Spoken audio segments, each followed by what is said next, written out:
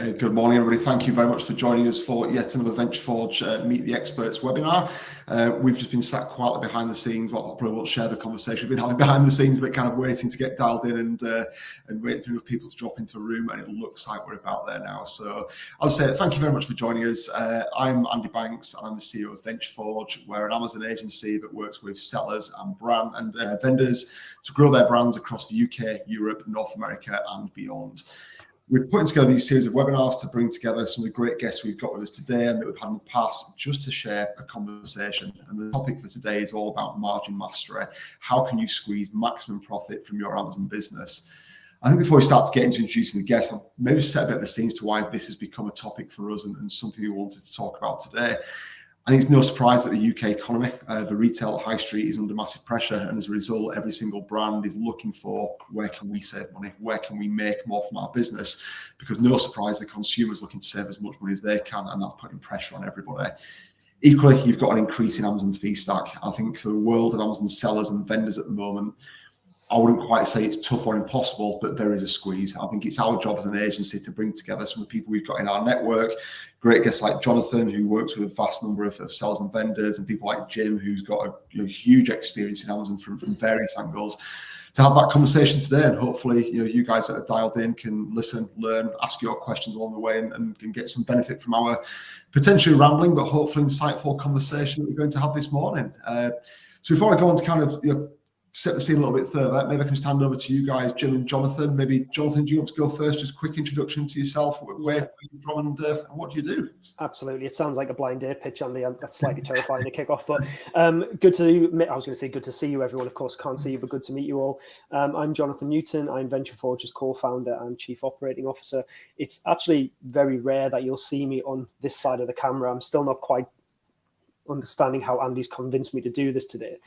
Maybe we were short of guests, but I'm generally found behind the scenes working with our operational team, our senior account managers, our account directors, paid advertising managers, to deliver really successful strategies for all of our client cohort, no matter how big, small, established or unestablished they are. So pleasure to see you all. Looking forward to getting into the discussion.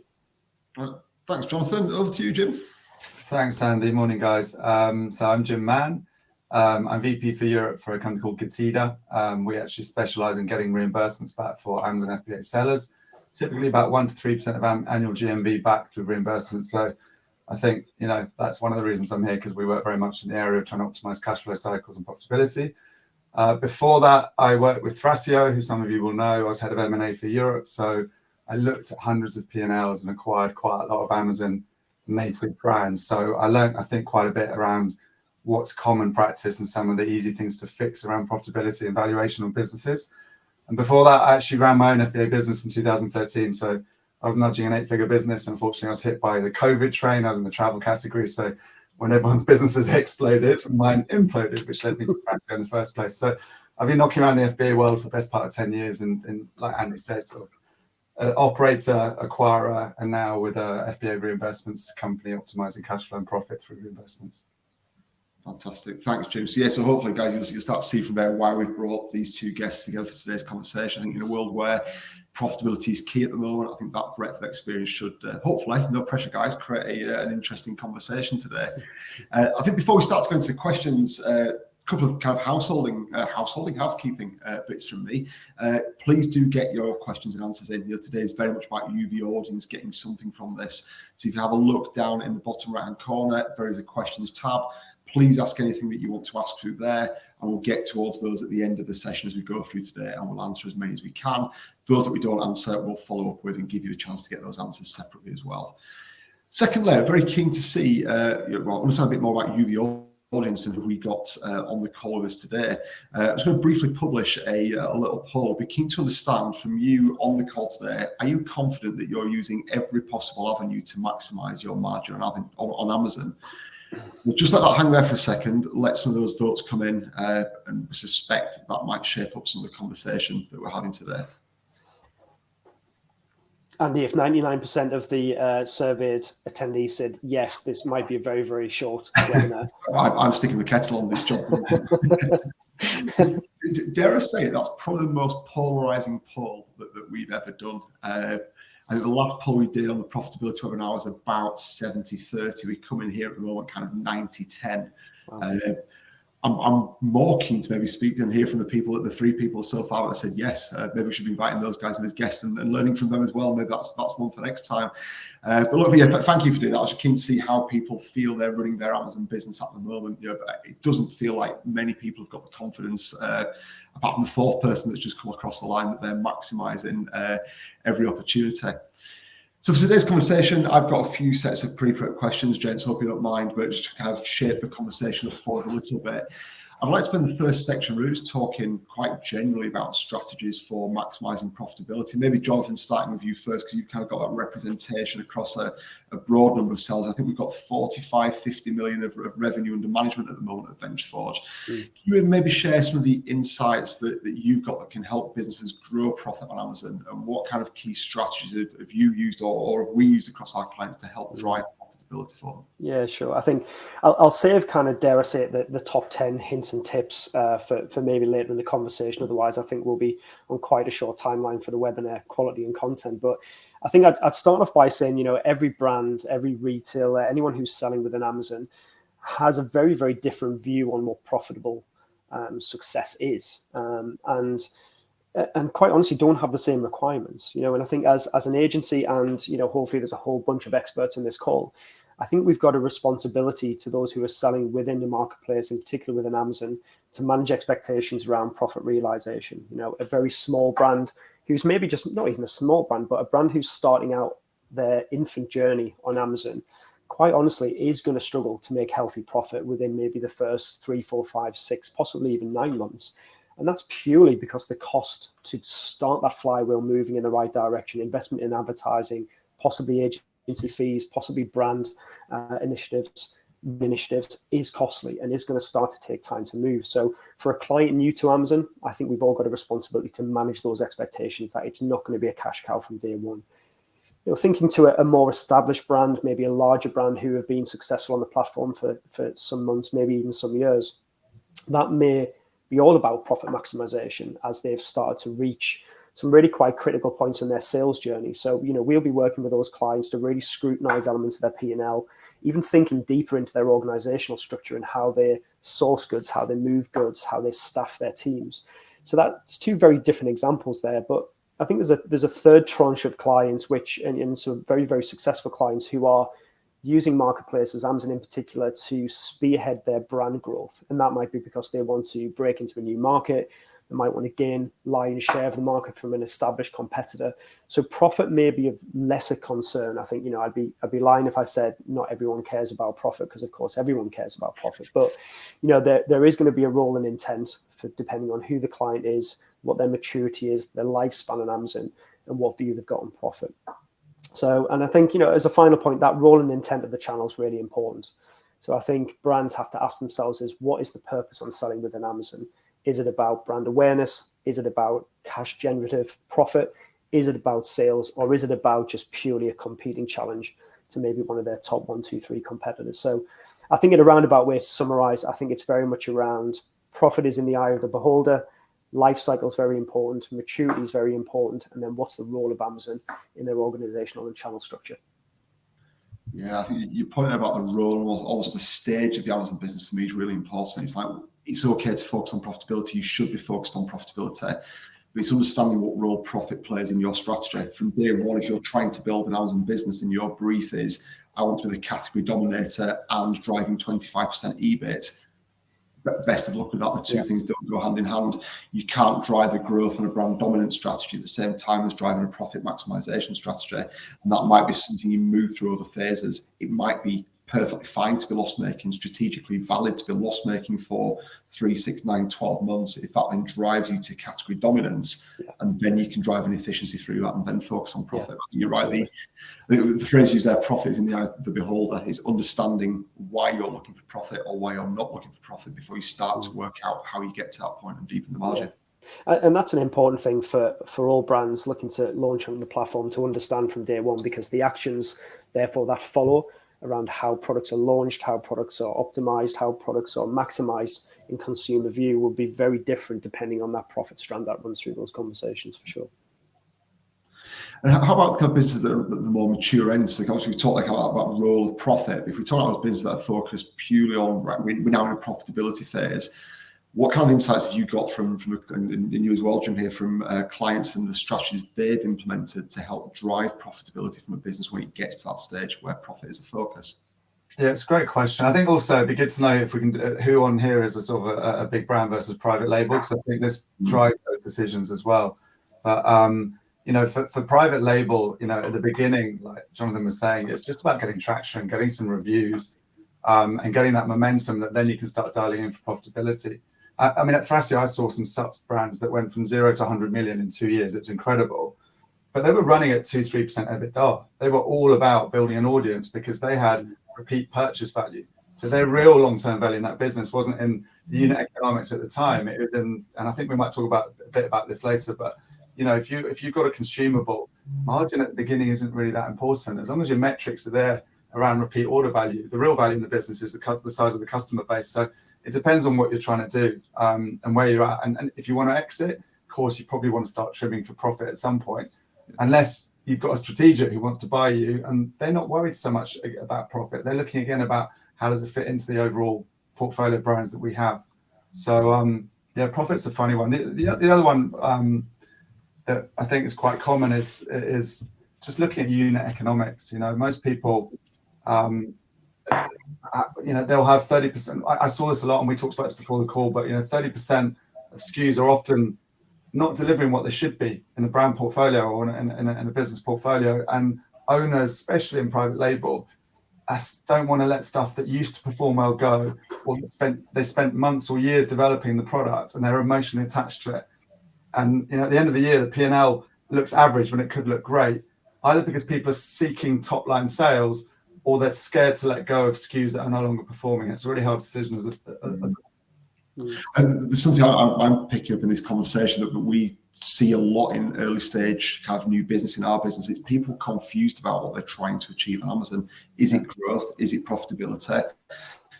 If you haven't got clarity over that, one thing we often see, Jonathan, is which range do you want us to manage? Is it a little bit of the range? Is it all of the range? I think, Jonathan, we probably see in our business, we end up managing 20% of a client's lines in the main, which drive typically 80% of the revenue. And that kind of maps onto your point there, Jim, about where is the actual profit coming from? 100%. I mean, yeah, it was so common to see just a business, you know, it's just that top line. A lot of people have a top line obsession. They just want to see top line growth. And they do that over the sanity check of, are they actually making profit and what does their margin look like? And right now, like, margin's harder than it's ever been. So it's amazing how people just put their blinkers on and don't want to have that internal conversation with their team. I think it's always going to be, I think it's a great point, Jim. It's always going to be a fine balance between a brand or a retailer who wants to showcase their breadth of assortment or their good, better, best, or their hierarchical brand strategy, because that's what the consumer wants and that's what the consumer demands in Amazon: breadth of assortment, great quality, great price, etc. But that balance around margin is always going to be key. And I think, you know, assuming that every product or every ASIN will make healthy margin, it's just not going to be the case. You know, I was a retail buyer for almost 15 years. And when you were putting together an assortment, you always recognized that there was things that were going to drive the sales line. There was things that were going to drive a profit line. And then there were hero brands, which maybe didn't tick any of those boxes around sales and profit, but they were a credible brand to offer in your total assortment to give that consumer the choice and confidence of the retailer. So yeah, I think it's a really fine line. And I'm not too sure there's a one size fits all with this, if only. If only. I think what's coming through loud and clear from here, though, gents, is you've got this kind of, let's have clarity on the role of profit in our business. What are we shooting for? How important is profit based on our strategy? And then almost having a laser focus on that. That might be we're planning to have zero profit, it's about top line growth, or we're planning to have 10% EBITDA, we're focused on margin development. But having that clarity of focus at the very beginning then allows you to have clearer conversations around, I know we were talking earlier about price points, having clear conversations around range selection and understand why you're making those decisions. If you're making a decision for profit, that could be a very, very different decision to making one for pure top line growth, which might be whack everything on Amazon. I remember one of the clients that I spoke to many years ago who was, in fact, actually we can talk about it. It was Wilko where you used to work. I remember getting a tour of Wilko's DC, and back in the day when I went around, they were selling everything they sold in the shop online. So you could go onto wilko.com and physically buy a single buyer up. And there's no way on earth that can be profitable from an e-commerce perspective, let alone an Amazon perspective. So I think that range, selection, assortment is a real critical point. A couple of things I was looking down my notes here, and a few things we were talking about earlier. We did touch on pricing. I think, what kind of critical factors are there to consider when you're setting the pricing for your products on Amazon? I think there's probably a lot of points around. You've got pricing, unit economics.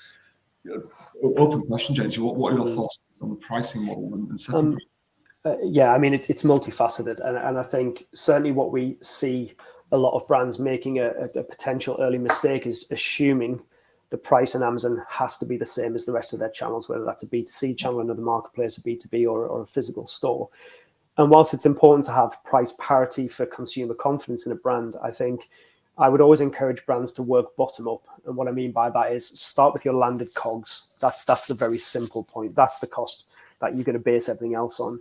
Start to layer up the assumed cost to sell within Amazon or with any other marketplace for that matter, and then get to a point where you understand what your margin realization needs to be. Where do you want to be for maximizing opportunities within this channel? Coming back to our previous points around, is this a sales drive? Is this a brand drive? Or is this a profit drive? And I think only when you get to that point, my recommendation is to then start to look at the competition landscape that you've got within around you. Are you going to be in amongst those key brands or your key competitors selling at a competitive price point with the margin stack that you want to achieve? Are you going to be too aggressive? In which case that might be great for a sales player. It might not be great for your bottom line margin. Or are you nowhere? And if the answer is you're nowhere and you've worked bottom up, then hey, guess what? The likelihood is the channel may not be right, first and foremost in its entirety, but that ASIN might not be the right ASIN to start your Amazon journey or start to maximize. You know, we're doing a lot of work with clients at the moment around price elasticity, and in particular using AI to look at big data skills across the Amazon ecosystem, because I think it's an easy trap to fall into to think I've got these 3, 4, 5 ASINs from the competition that are a pain in my arse. You know, these are the guys that I'm worried about. But, you know, that's not necessarily what the consumer's seeing on the platform. They're seeing masses of choice across very similar products, very similar brands, and a whole host of prices. So, you know, really looking at that price elasticity and can you go 10% up? Can you go 10% down? And where's the tolerance? And experiment with that price, but only when you're comfortable about what your base margin position needs to be. The final point for me, and apologies, Jim, I'll not take up all the airspace, but, you know, it's really considering customer lifetime value for your brand. You know, buying that consumer in that first purchase is going to be key. Getting them loyal to your brand, buying into the quality, buying into the value. And hopefully you've got a product which has elements of opportunity for subscribe and save or repeat purchases, because investing margin in that first purchase is highly likely to give you a richer margin opportunity when you consider the lifetime value of that customer for your brand. So lots and lots of different things to play for there. But I think my first recommendations is start bottom, work up to the consumer selling price, and understand if there's a margin that's healthy to be made on the platform.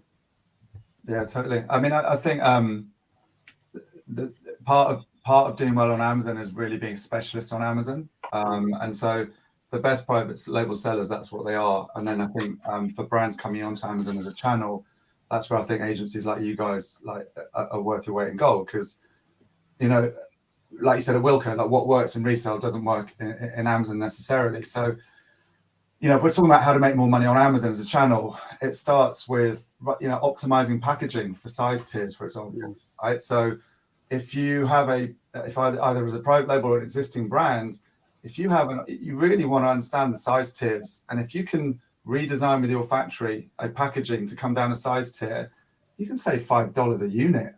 Right? People obsess about COGS or other stuff. If you can save $5 a unit just on a size tier, that's probably one of the biggest profit drivers on that SKU that you'll be able to find. So I think price is massive. You know, when I was at Thrasio, we got over $1 billion in revenue, and one of the huge investments there has been around price software, because the most immediate lever for driving margin is price. You can do marketing, you can do SEO, you can do external traffic and influencers, but the immediate yes, no, does this drive more unit velocity and margin is price.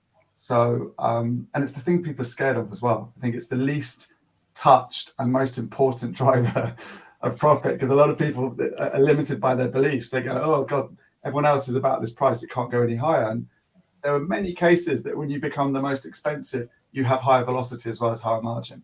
And guess what?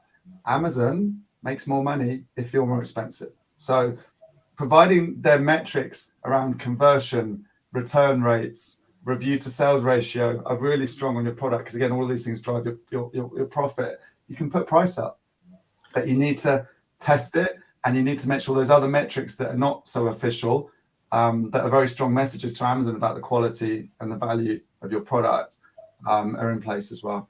Do you know, actually, Jim, it's something you've said there has just made me think about, as a human race, we're fairly gregarious, aren't we? It's always about more volume, more sales, more margin, and why wouldn't it be anything else in a commercial world? But there's a really key point in there that actually, and I'm certainly not suggesting to our audience they should actively slow down their sales line, but there is something in there that says, taking a slightly slower view on sales and unit demand if there's a healthier margin to be had. And I suspect an industry of competitors are all looking at each other saying, who's going to go first? We're all accepting raw material price increases. The economy's being squeezed. Who's going to be the first to make that move? And generally speaking, someone has to be the first to make the move. And I bet you bottom dollar, there's a crescendo of people follow suit around that. So having the confidence to maybe slow sales in some instances to unlock more profit, maybe not a bad idea. Yeah, and the other part of this, Amazon's becoming pay to play. I mean, is it 4 organic search results now on a wall of search results? So if pay to play is where it's headed, and you're spending more on advertising, sometimes as long as you can keep that conversion high on the advertising, you can actually push price up, drive more money onto the advertising, which is Amazon loves. They want more advertising revenue from all of us. So interesting to hear actually from the audience, like, how much of your revenue is driven by advertising sales versus organic? Because I think my observation is that obviously we all know what advertising costs have gone up 60% year on year, a ridiculous amount, and there's a lot less opportunity for organic sales. So if people are making 70% of their revenue through paid search, then increasing price and driving more advertising traffic in there is often a good method as well. Price is really, really interesting. I think it's one thing that most people are unwilling to push. I've just popped a quick poll in, actually. I'm not able to publish it over the top of the screen now. If people are looking at the polls, I'll be keen to see who has increased prices this year. But I think, Jonathan, it was in your comments, you said it's okay to increase price and maybe see a little bit lower volume if that drives bigger margin. Remember back in the very early days of Venture Forge, we did a test where we worked with a client where we pushed their price at a certain price point. And at that point, if an order was over £20 on Amazon and you were a non-FBA, a non-prime customer, Amazon gave you free delivery. And we found by moving this consumer's product price from £18 to £21, they then got free delivery, so the net cost to the consumer dropped, and Amazon funded that. I think that puts something like 25% on the sales of the particular product, and the profit margin for the client, because they were no longer paying for delivery, Amazon was subsidizing that, was absolutely huge. So I think price is often seen as something you shouldn't move or couldn't move unless you have to do it. It's a negative. It's then seen as something that might drive more margin but lower volume. But actually, there's so much more you can do with price. Quite interesting, even in a world where we've only got 7 votes in, but in a world where everybody's under COGS pressure, 57% of people haven't put their prices up this year, and we're in September, we're 3/4 of the way through. Well, dare I say it, and dare I delve into a Prime event or a Black Friday, Cyber Monday discussion? How dare I in a profit conversation? But lots and lots of brands have fallen into that trap around in a big Amazon event. It's all about price reduction, and yes, it will inevitably mean more volume, but it inevitably means a reduction in margin. And there's been a conscious effort, and for those who saw one of our more recent webinars where Becca Woolen from our team talked about the confidence she had in holding her clients confident to not reduce price on those big events, you saw that overwhelming influx of traffic to product detail pages, to search results, and margin enhancement opportunities gained despite the fact that there wasn't any price reductions there. So I think little elements like that should give our audience the confidence that it's not about being cheap. It's not about price erosion. There are times when price has to come down. There are a million reasons why that would be the case. But I think not being concerned to experiment on price up and down is probably the biggest message we can hit home there. I think, Jason, I was going to move the conversation a little bit now to talk about profit optimization. I think, Jim, you started to touch on some interesting things in there around COGS, packaging. Maybe we can start from there. Jim or Jonathan, over to you guys first, but can you give us some examples of strategies or tactics that have been used to drive profit improvement, whether that is shipping methods, value engineering, reimbursements? Over to you guys. What have you seen and what have you been using? Yeah, I mean, it's kind of I'm going to go roundabout way about this. So I think, to keep it really simple, conversion obsession is the biggest driver of profit for anyone selling on Amazon. So making sure you've got the best click-through rate on your main image, and then when you've got that traffic on your listing, it converts, because that impacts your bids on your PPC. Because if Amazon sees you being super relevant to those keywords, it will offer you better value bid pricing. You get better search results organically, and the whole sort of all of that stuff is a foundation. But then cash flow cycles is massive and often not talked about. So people obsess about cost of goods, they obsess about shipping costs, but in reality, I've seen businesses that ship by air at 3 or 4 times the price, but they're more profitable because they're turning their cash quicker. So I think focusing on cash flow cycles and cash availability allows you to turn more inventory. And then China at the moment is flat. Negotiating with China is a very different time now to a year or 2 years ago. So again, it's a bit like putting price up. You might have put price up a while ago and failed. Doesn't mean it's not going to work now. And it's the same with factories. Like, they need business at the moment. So if you can negotiate a 12-month volume-based price with them and then get them to hold inventory, they buy ahead on raw materials, and then they store it and they give you 30 days net or 60 days net. That new cash and that new unit COGS has a massive impact on your ability to drive profit. So it's all common sense, but I don't know if it's always common practice. So I hope this is giving some people a nudge in the right direction. Great points, Jim. I've in very Blue Peter-esque, I've almost noted down my top 10 tips for margin opportunities. So I'll run through these at a fairly quick pace, so we don't eat up too much airtime. But I think for me, it starts about knowing your P&L. The amount of brands we've spoken to, and I know it's a bit of a hot topic in terms of some of the industry professionals in and around LinkedIn, who talk about clients and brands that just don't get into the crux of their P&L. That wouldn't happen in a retail business. It wouldn't happen in a B2C business or a B2B business, or God forbid it is. But Amazon P&L is complex. There's lots of fee structures, whether that be through advertising, whether it be through your own COGS, distribution in, distribution out, and a whole set of related fees. And of course, the complexity starts to open up when you talk about seller P&Ls or vendor P&Ls, which are even more complex when you start to look at terms and negotiate the terms that are factoring in that over on their PPM and that position in vendor. So knowing your P&L is absolutely critical. Get a piece of software that can make that easy for you. Work with an expert that can help digest that P&L, because it is complex, and Amazon don't always make it particularly easy to get that data out. For me, knowing your P&L on a monthly basis, retrospectively looking back at what's happened, is essential to maximizing your profit opportunities moving forward, and just knowing your business better. Advertising efficiencies. Jim talked earlier on about the role advertising is playing and just driving that share of voice within a product detail page. So this doesn't always mean driving air costs down to drive TAC costs down. Of course, that's where the margin gains are. But really focusing in on what the role and intent of advertising is. How do you target cash-rich lines, or how do you drive loss leaders? And the balance of that will fundamentally impact your profitability when it comes to disbursements at the end of the month. I think distribution is a big thing. Jim started to talk about supply chain and shipping from China and the kind of the easing that we've been seeing there. But there's a common misconception that FBA will always be better. And I suspect 9 times out of 10, it does make more sense. Amazon have got that breadth and depth of weight when it comes to giving clients, retailers, brands great shipping choices when they're moving goods to the consumer. But depending on what your product is, it may not be the most efficient route. It might be better to move through an FBM route. And even thinking about moving your goods into Amazon or through your own supply chain, is your current freight forwarder, is your current end-to-end delivery guys giving you the best possible deal? And I think when it comes to margin, there's a real common mistake to think about. It's just about my COGS and it's about my retail sales price, and the margins in the middle.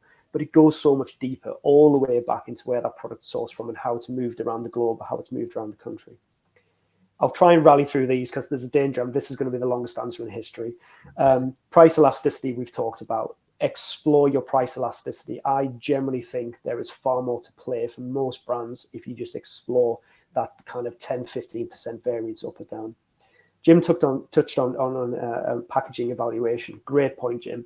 The amount of times we've looked at a client's P&L and said, this just doesn't feel right. The distribution cost or the storage cost feels too high for a product that's, smaller than a tennis ball. And surprise, surprise, the packaging is not necessarily over-engineered, but maybe it's the packaging that's been used to attract a retail customer, which is big, it's bold, it's brash, there's a lot of fat around the actual product.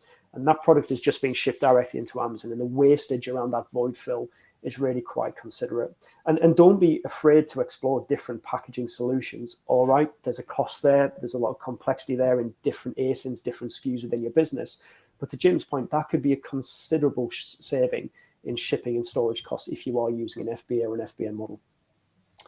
Something that is really close to my heart is when I'm talking to clients around how to find points of difference. I always talk about value engineering. So it's a competitive landscape, and never is there a more competitive landscape than Amazon. Let's be honest. We're all vying and fighting against it. But offering points of difference, and that doesn't have to be re-engineering an ASIN to be something it shouldn't be or couldn't be. But what about bundling? What about giveaways? What about price and choice? Just how do you create a slight point of difference to protect your ASIN's identity, to make it semi-unique or fully unique in a category which is highly competitive? And something that we're seeing some quite a lot of successes in within the agency with our clients is products that have variation opportunities. So whether that be size, color, shape, I can't think of any other examples, is driving advertising to a line which can tolerate a lower price point to attract the consumer into the listing on a highly attractive price point. But maybe the color and size variations are just slightly stacking up their margin opportunity. So you've got that opportunity to build basket margin, build basket maximization from an attractive listing. And maybe the rest of the variations don't need to be. Something Jim's been very, very kind already to avoid, given that the agency he's representing at Getida is chargebacks and recoveries. Amazon, I'm going to make quite a bold statement. I suspect of however many people are on this webinar, I suspect Amazon owe 95% of you cash back in some capacity. And guess what? They're not going to come and write you a blank check and say, there you go, Mr. Seller, there you go, Mr. Vendor, I owe you a lot of money back.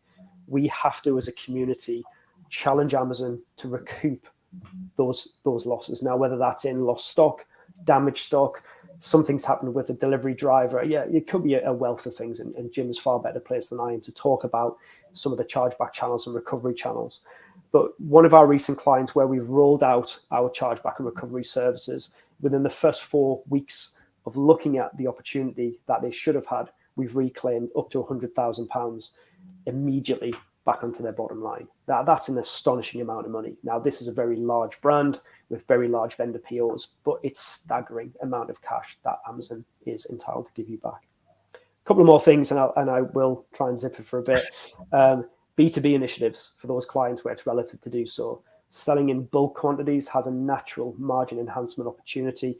And even some of the periphery services around B2B will allow that B2B customer to act differently to a B2C consumer. That would in turn. Internal cost efficiencies, I think whilst we as an agency and even the guests on this can't influence a lot of internal costs, but just think as far back as you can potentially go. It comes back to my point around just not the COGS and the consumer price point. It's think about the entirety of that ASIN custody chain, right back to how it's sourced, how it's designed, how it's packaged, how it's transported. Think about all the areas that you could just shave a penny, just shave a percent, and all of those will add up. It's not a quick fix, clearly. So to the audience, please don't think I'm being dismissive of how easy this is. But when you're really considering margin maximization, especially with such a highly competitive marketplace like Amazon, it's not just about price. It's just one of many, many levers. Final point for me, it'd be remiss of me not to mention this, but for those vendor clients on the call, of those vendor brands on the call, terms negotiations, it's going to come up to the point where you're all starting to sit and go, oh God, this is going to be uncomfortable. Amazon are no different to a retail buyer. They want to drive the best price that in turn they can make a margin and sell to the consumer. Hold firm on your vendor price negotiations. Be confident. Use the data at your disposal and go into any negotiation confident, knowing your analytics, knowing your data, just like you would in any buyer's conversation, which you're all probably much more used to than Amazon. So look, bit of a whistle-stop tour of a top 10 then. I'm not too sure I've left any room for any more additions to that, but that's the type of stuff we're talking to our clients about, no matter how big, how small, whether the seller, whether the vendor, because it's a unique recipe of things that can help maximize margin. Fantastic. Thanks for that, Jonathan. I think the only thing I would add to that is, and you could all the notes I got here, but the one thing I look at a little bit differently on Amazon P&L is delivery costs. I think when you look at Amazon P&L, almost every part of that P&L is a variable cost. If you sell, Amazon take 15%. If you advertise, you're going to come in around the category average A cost, 25%, depending on the category that you're in. Everybody thinks that delivery is a variable cost because it's based on size and weight, but it doesn't operate like it's not 5%. It's based on the weight of your items. So if I'm selling an item that is that big but generates me £100 of revenue per unit, and Jonathan's selling the same sized item that only generates £10 of revenue per unit, that delivery cost is behaving quite differently. And what we've been able to do with some of our clients is, particularly through bundling, the delivery cost doesn't go up that much more dramatic. It doesn't double if you put 2 items in a polybag. It might add 25 to 50% onto it. So you can radically increase the value of the item that you're selling whilst allowing that delivery cost to remain much lower as a percentage. It shrinks quite nicely as you scale the value of the item. So there's something for me in just looking at a P&L, how you look at delivery cost and how you really start to look at how what you're selling and how you maximize the value per unit shipped, rather than treating that as a variable cost. Value engineering and bundling for me are the quick and easy unlockers. We've got one client, so it's a separate brand we're involved in. It's a skincare product. When it's sold on the shelf in a retailer, it needs a beautiful, bright neon orange package to give it some cut through. It doesn't need that when it's sat in an Amazon warehouse. That takes 60 pence off the cost of goods. Yeah. It goes in a polybag. You bundle that up and you do a buy 4, get 1 free deal. Mm-hmm. Yes, you put in 1 extra cost of goods in, but the delivery cost shrinks so much that it actually outstrips it. So there's a lot that you can do with that value engineering piece. Yeah, it might be an obvious point, and Jim, I'll tee this up because this is very much in your area of expertise. But there's a common lack of understanding that when you create an ASIN for publication within Amazon, you will put in some basic volumetric data in there, so height, width, depth, weight of product, etc. It's that data that you put in that drives the cost that Amazon are going to charge you for storage and for shipping of that product, not the actual product that gets to an Amazon DC in some cases. So when Amazon put that product through their Cubiscan and they actually understand the volumetrics of that product, there can often be a differentiation between what you believe your product is, or maybe it's just a manual keying entry. Somebody's typed in 50 centimeters as opposed to 5. And Jim, help me understand, or help the audience understand, how much of that kind of volumetric discrepancy is Getida managing to recover for your client cohort? Yeah, I mean, the big one with volumetric is polybags. So what we're advising and seeing a lot of sellers, partly because of the ESG, but also just because of the Cubiscan problems, that polybags often don't get packed by the factory as you would hope they do. And so they come in, they randomly go on the Cubiscan, and suddenly you go up a size tier. And so what a lot of people are doing is actually moving towards cardboard boxes where they've got the guaranteed dimensions. And then you can use the cardboard box actually to print sales copy if you're smart, which you can then have on your main listing. So you're kind of hitting a few different points. You're getting more environmentally sustainable. You're guaranteeing that your weights and dimensions are not going to be flipping out and getting overcharged regularly. And you're giving yourself another opportunity to SEO and convert on your main image on your click-through rate. But sort of stepping back from that a little bit, for reimbursements, it's something you can do yourself. A lot of clients start off doing it themselves. It's pretty tedious. You're dealing with Seller Central. They ask for quite a lot of documentation. They often say no when actually you have a legitimate claim. So we see typically 30 to 50% success rate on cases opened by clients. Our success rate is 92% on open cases. So in terms of revenue we get back, it's typically about 1 to 3% of your annual revenue is available via reimbursements. It's a lot of money. Yeah, it's huge. You think about it, what you have to do now to drive 2 or 3% more margin into your business. It's a lot of work. And you can, and it's not quite push button, but you can engage someone like Getida. It's spelled like this, guys, by the way. I'll pop a link into the chat. Shameless plug.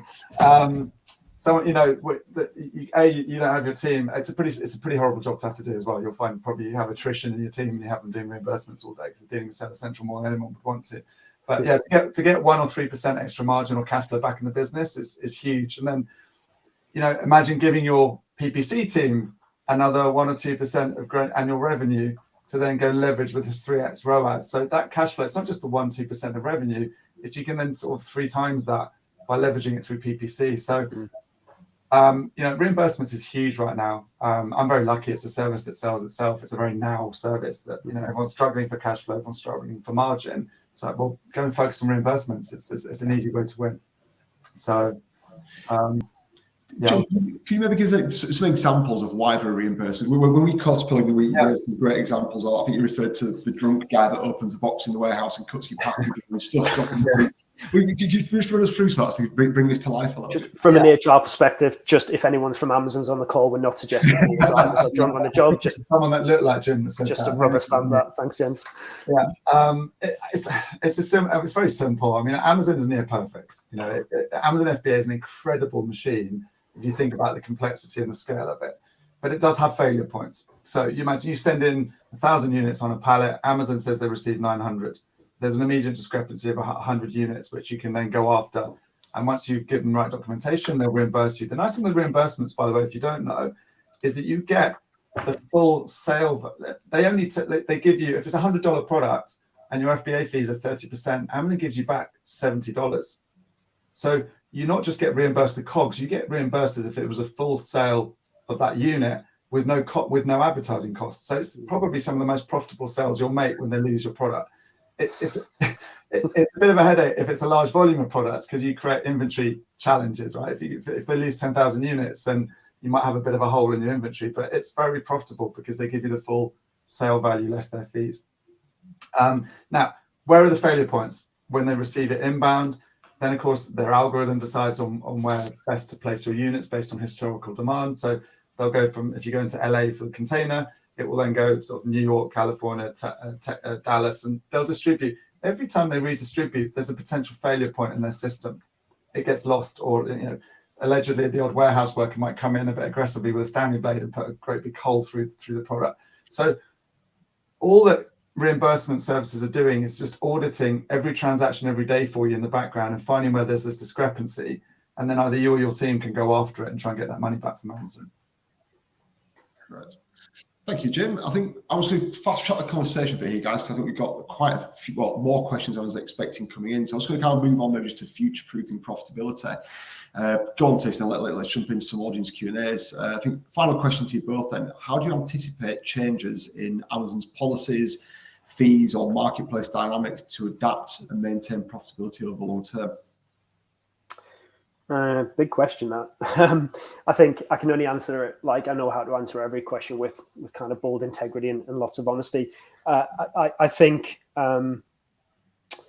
margin pressure within retailing will always exist. Let's not kid ourselves. And I think it will always exist in marketplace in particular because of the associated fee stack that marketplace providers have put in our places. And, you know, Amazon's no different to that. Do I think there will be more pressure coming from Amazon? Yeah, I suspect there will, certainly on things like referral fees, where as Amazon continues to grow, they will want a healthier slice of that pie.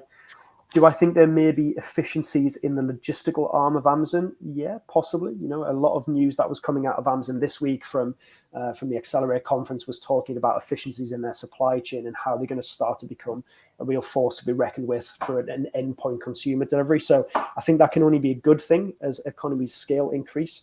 Whether they pass that saving through remains to be seen. I think for me, it's a mindset thing. Amazon is still to this day seen as the big, the bad, the ugly, and lots of brands who are doing famously well on Amazon still see Amazon as this kind of, I have to do it, but I don't really want to do it. I don't really see Amazon and their fee stack any different to I used to see myself as an ex-retail buyer. My job was to drive costs down, maximize margin, offer a great consumer choice and sell at great value. And that's really what I see the platform doing. I think my encouragement to those who are wrestling with margin and wrestling with the fee stack within Amazon is use the data. And there is an an abundance of data available to you, whether that's through Seller Central, Vendor Central, software tools, agency providers. The answer is in the detail. There is margin to be made. There's margin to be had. And don't just take the headline press of this crescendo of fees going up, this crescendo of pressure coming from Amazon as the literal sense of the word. Is it tough? Yes, of course it is. That's why we're having conversations like this. But there is an answer somewhere to be unlocked. And I think it's a case of just taking a step back from that big news and looking at where you can unlock the value. So short answer is, do I think that the margin pressure will ease? No, I don't. I'm sorry to say. Do I think margin will always want their slice of a healthy pie? Yes, absolutely. And it's how you work with them and within them to make it work for your individual brand. I'm very much sensing at the moment Amazon's in what I'd call cash collection mode. They've really started to tighten the screw in quite a few areas. You saw it a month or two back with increasing the payout period for certain sellers and try to keep hold of that cash. They're certainly watching their own numbers and they're certainly looking after themselves. How long will that last for? I sense we've got another 6 months to 12 of that continued land grab, cash grab from Amazon. Beyond that, I think there's probably a period of stabilization. I 100% agree with you, Jonathan, that margin pressure will always exist. My gut feel is it's going to exist quite intensely for 6 to 12 months. The world will start to stabilize. We're hearing UK inflation starting to drop. Fingers crossed that continues. You've got to wait for the interest rate decision. You'll see, hopefully, in the not too distant future, stabilization. Sorry, Andy, you make a really interesting point there, just on a quick response, is that, we've talked a lot, centralized the conversation around kind of US, UK today, but those inflationary pressures and those consumer pressures are not necessarily being felt in every European destination or everywhere where Amazon operates. So just having an eye on the opportunities for slightly less sensitive markets, or maybe markets that have been more buoyant, could be quite an interesting springboard for internationalization in some of those cases as well. Sorry to jump in. No, that's all good. Jim, anything to add to that point before I put you guys properly in the spotlight with Q&A? Yeah, I'll keep talking then. No, so I think it's about, for me, it's all about specialization on Amazon as a channel. And so either be that team yourself or go to an agency and get a specialist agency to do it. And the reason I say that is because Amazon is unique in some ways. And something we're starting to see happen on Amazon, which actually is not a new idea, is that because competition is so fierce and everything that goes with that, you're starting to see variations of or clusters and bundles of keywords that people are starting to just optimize a listing for a subcategory of keywords within what they, for example, like in retail, you see Nurofen, and then it went Nurofen for headaches, Nurofen for back pain, Nurofen, and they're starting to, in retail, you see it already, they're selling the same product for 10 different people. And you're seeing that now on Amazon, either as child variations or as separate listings. And what that means is you can go for a specific cluster of keywords. It can be the same product, but packaged and described slightly differently for those keywords. And then you convert very highly for that cluster. And conversions, and I said earlier, conversion is such a big driver for so many things on Amazon. And if you want to win, if you are converting highly and specializing and talking to that one customer or that one subsection of audience, that I think is probably in the most competitive categories is probably the way forward. And it's not that hard to do, and not many people are yet doing it. Find out those niche opportunities, drive the conversion, keep the advertising costs down, build the margin off the back of it. Yeah, it hits it touches on all the stuff we've talked about today. It's a bit tactical, it's a bit in the weeds, but I really think it is something to think about. Excellent tip. Thank you very much, Jim. Right, gentlemen, brace yourself. We're going to go rapid fire with audience Q&A. Hopefully we've got no nasties in there that'll trip you guys up. I will start with a really simple one. One that's coming from Nicola. What software do you recommend to monitor P&L? I think there's no point in talking about how to optimize profit unless we help people understand how to monitor it. Jonathan, over to you, I think, on that. I'll start by saying there are lots of software solutions out there in the open market. Some specialize in just P&L evaluation. We use a particular software, and I'm happy to. Should I answer that openly? Should I give that away? I think I should, shouldn't I? So we work with a fantastic SaaS provider called Merchant Spring, and we make no secret around that to the clients that we work with, because quite often we give them accessibility to that tool as well. But Paul Sonneveld, Paul, if you're watching, there's a specific name plug there, buddy, has built an incredibly powerful tool that can scrutinize P&L across vendor and seller better than any product I've seen on the open market today. I must caveat there are other tools available. Merchant Spring's P&L not only looks holistically at a top level P&L, but it can be ran on comparative periods. So you can look at month on month, year on year, quote unquote. And fantastically, it can even go down to ASIN level P&L evaluation. So Jim made a really valuable point right at the start of the conversation that said, have you got that 70, 30, 80, 20 split of profit eroding activity to not? It's very quick and easy using a tool like Merchant Spring to evaluate where's my total profit, where's the erosion coming from, and home in on those ASINs that are causing you a problem. Historically, that's kind of lost in the weeds of the P&L, and you're trying to unpick what might be causing you a problem. So, so there's a very honest answer from a CEO of an Amazon agency. We're using an incredible tool called Merchant Spring. Yeah, and Merchant Spring's great. I know the guys as well. And it's nice because it's omni-channel. A lot of guys can't plug in the omni-channel inputs. I mean, the only thing with all of these tools, and I saw this a lot for SEO, is that people don't update their real cogs, or they don't understand their real cogs when they're, for example, they're sending it into a fulfillment center and then staging it into Amazon. Be very careful on any of these tools, because a lot of people with no bad intention kid themselves around the real cogs, and that drives all your numbers out. So if you can get a fractional CFO as a sanity check to make sure you're doing that stuff properly. But yeah, these dashboards are great. I mean, if you're Amazon centric, seller board, if you omni-channel, Merchant Spring, there's plenty of them out there. Perfect. Thank you, gents. Let me check it. In fact, I want to go with another one from Nicola, because that's got the next highest number of upvotes. We tried to increase our price to remain profitable, but Amazon rejected the increase. Any tips, gentlemen? Any thoughts?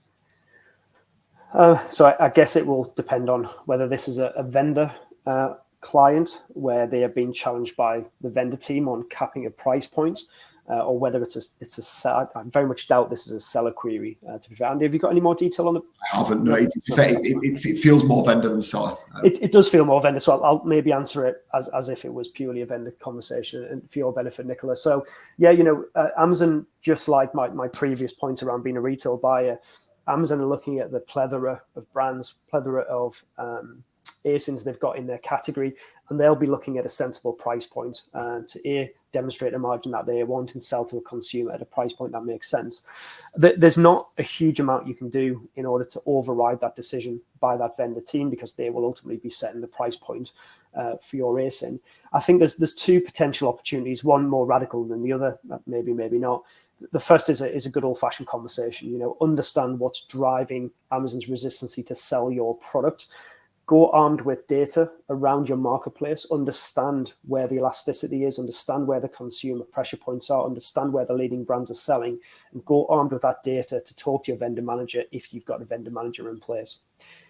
Of course, the more radical solution on this is, and it might make no sense for your business, of course, is to move across to seller, transition that ASIN into seller, where you have full autonomy and control over that retail price point, and you can set that at your heart's content. Again, there may be some implications of why you would not want to do that or can't do that, but we've seen lots of examples within our own client portfolio where we are working on a hybrid vendor-seller strategy in order to maximize sell-through volume with vendor and control price and brand on seller. And that can be really a case of splitting up your assortment and deciding where you want to control price, deciding where you want brand growth and immersion growth. So a couple of different options there, Nicola. We did some very early testing with a bed linen client at Venture Forge, who were a vendor business and could not get Amazon to move the price point for their vendor products. They ran a loss-making hybrid sell strategy, but the role of the seller strategy was to establish a price point to drive Amazon's buy price up and drive the RRP up. So you can do a lot there. I think the biggest thing I learned from my exercise is Amazon's algorithm around pricing on vendor, whilst everybody assumes it's super intelligent, is unbelievably dumb, and you can manipulate that quite heavily through the seller model. Very difficult to get to the underlying logic behind it, but you can do a lot with that for experimentation. I think on just on that FBA, if you jack up your price too quickly on FBA as well, it'll block it. So just go incremental, go up 5% every few days. If you got a $20 product and you push it up to $30, it's just not accept that pricing. Yeah, that's a good point. I'm making another assumption here from Nicola's question, but assuming Nicola is on seller, there could also be price comparison going on here from Amazon. Looking at the price of your product. We've got an example of some of our clients in the skincare category. They sell on Amazon at one price. They also sell B2B into places like Look Fantastic, Feel Unique. and Amazon is proactively monitoring the price points of that client's brand in those channels and wants the price on Amazon to be close or below those price points. So again, maybe if you want to drop us a line, Nicola, give us a bit more detail behind that question. We can help you there, but there might be many things at play. Hopefully we're giving you a few teasers of what could be an answer there. Jim, there's a fantastic question for you somewhere buried in here. You're absolutely going to be prepared, but I'm sure you can answer this off the cuff. How much does Jim charge? We're reassuringly expensive. No, we're not. We have no subscription. We are free. We charge when we successfully get money back. So to give you context, we pull all the data, all the transactional data through your API every day. We audit $20 billion a day globally. And the platform identifies where we think there's a discrepancy. That triggers a case with our case team. Our case team then manually going through your Seller Central account, write a case to Amazon, provide the documentation. We have patented tools that actually take away a lot of the work, so it's quite hands-off. Amazon then agreed to give the money back. That goes back to the seller, to you. And when we see that money's back with you, we charge you a 25% service fee on the cases where we've been successful. If we don't get the money back, we get nothing. So it's a bit of an ambulance chaser pitch. It's no win, no fee, but we do all of the work for nothing. And when we're successful, we charge you, but only once you've got the money back.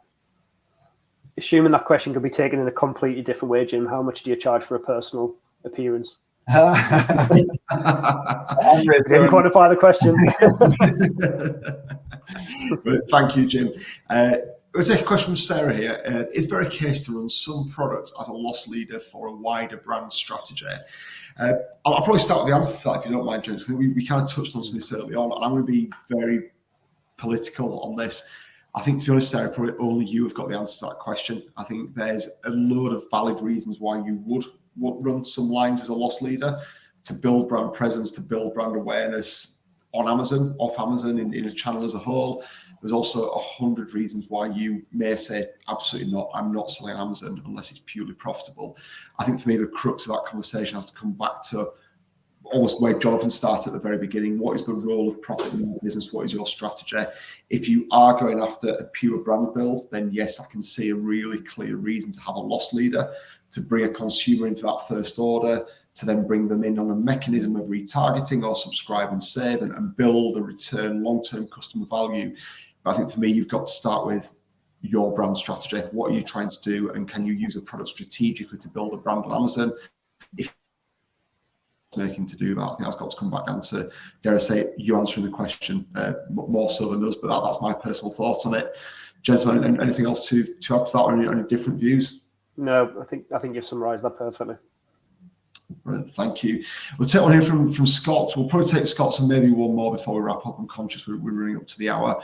Quick one from Scott. As an Amazon seller, should I be focused on cash or margin percentage? So cash profit or margin percentage?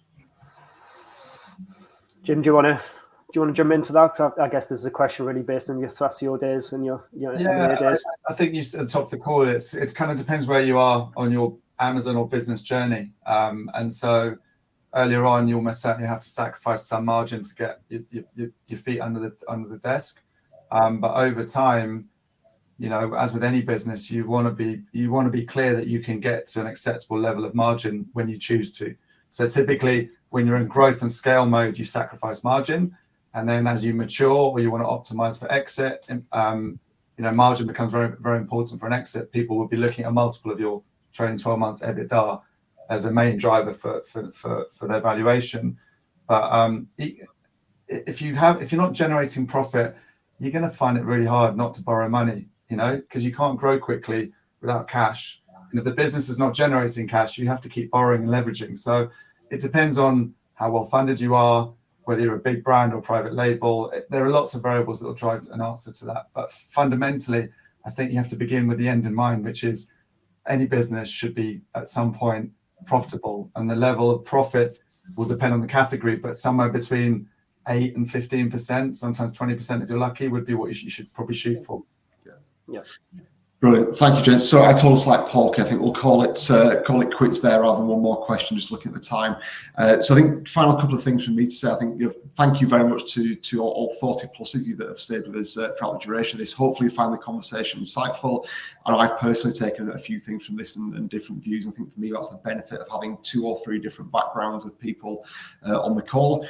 Final couple of points then, I've been Andy from VentureForge. We're an Amazon agency that helps brands grow profitably and strategically on Amazon. Hopefully some of our ways of thinking have come across today, and you can find us at ventureforge.co.uk. Always happy to field any queries or any questions. As I've had Jim on here from Getida. If you want to find out more about Getida, that's Getida. Conscious, 1, it's not the easiest name, and 2, I'm from deep dark Yorkshire. If you want to find them there, you can get to them via our website at, thank you Jim, at ventureforge.co.uk/Getida, and that will take you to a page on our site with some more information. Final point, gents, thank you very much for giving it your time. Really appreciate the time that you've put into this in prepping and bringing this together. Look forward to catching up with you 2 gentlemen, some point later on today. And thanks to all those that have joined us. Hopefully see you on the next webinar.